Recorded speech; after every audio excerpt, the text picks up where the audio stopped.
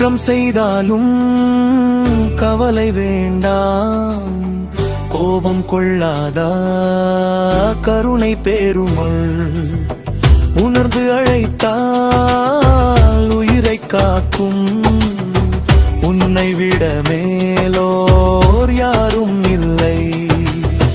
பிரமனையும் கடந்த பெருமை போதகம் போன்று கசிந்த அருளை